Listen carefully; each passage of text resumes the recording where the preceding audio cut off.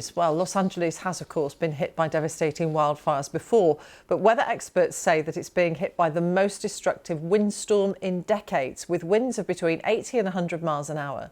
So how much of a role has climate change played in this extreme weather? Here's our climate editor, Justin Rowlatt. Still images show the fury and the horror of the fires engulfing parts of California. Wildfires are a year-round threat in the state, but this year it experienced its hottest summer on record.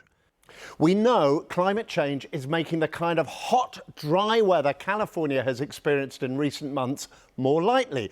And scientists say that is increasing the number of what are known as fire weather days. Now, this graph shows the increase in the area burnt by fires in the US since 1983. As you can see, it appears to have been growing steadily over the years. And there's another factor this year. The winter rains that normally reduce the fire risk in California didn't come.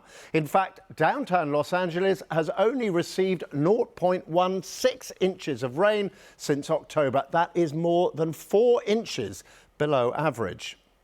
The California Governor, Gavin Newsom, believes the pattern of wildfires is changing. We were here not too long ago, the Franklin Fire. A few weeks prior to that, the Mountain Fire.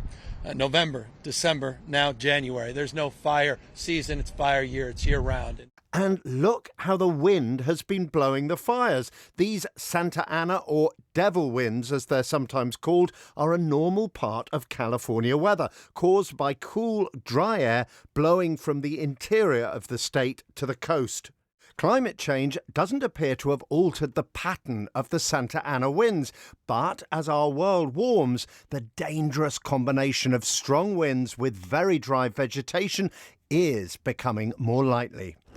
And just look at the scenes on the other side of the country. The East Coast and parts of central US are experiencing icy, cold weather and snowstorms that have killed 5 people and left 60 million under extreme weather warnings. The contrast could hardly be more stark.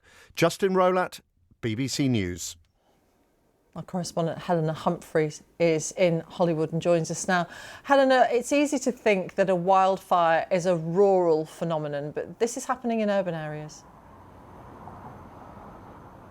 It absolutely is, and I think when you speak to people from Southern California, they'll tell you that they are used to seasonal wildfires. That isn't something that is new here, but what is new is the scale of what we're seeing. These flames, as you say, reaching urban areas right now. That Pacific Palisades fire, for example, is unprecedented in LA history, and that is because, as Justin was pointing out, these weather patterns are changing, exacerbated by climate change. If you take a look at the conditions here on the ground in January, it's expected to be the wet season. Instead, very little rain in the past 8 months. The ground here is tinder dry, and then add to that the topography, of course, of LA. Just think of the Hollywood Hills, and essentially you have these canyon-like environments fanned by these hurricane winds of up to 100 miles per hour, and as you can see, that kind of creates a chimney-like effect, and that is what people have been dealing with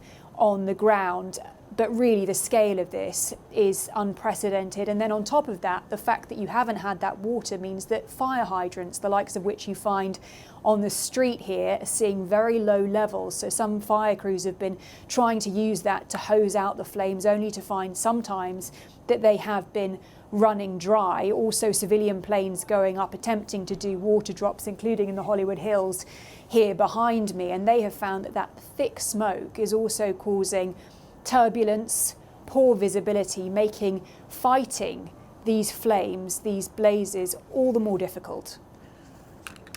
How much warning are people getting that they've got to leave their homes? I'm just thinking about what could they possibly salvage to take with them?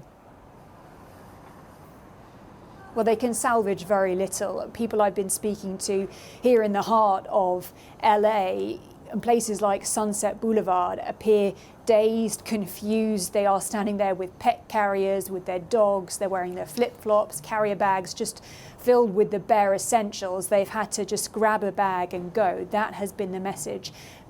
Authorities are saying this is not a drill. If you are told to evacuate, you have to get out. Over 100,000 people have already left. We know that there have been 5 fatalities, people who didn't necessarily get out on time, although the cause of death has yet to be confirmed.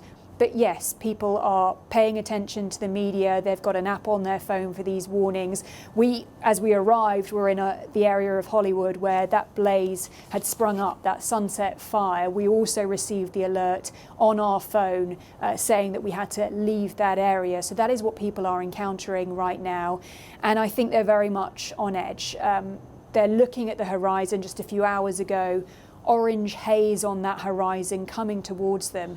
And they're feeling very nervous. Even if President Biden says that they'll have all the resources that they need to fight this fire and to rebuild, I think they just don't know what could come in the hours ahead. Helena, for the moment, thank you very much. Helena Humphrey.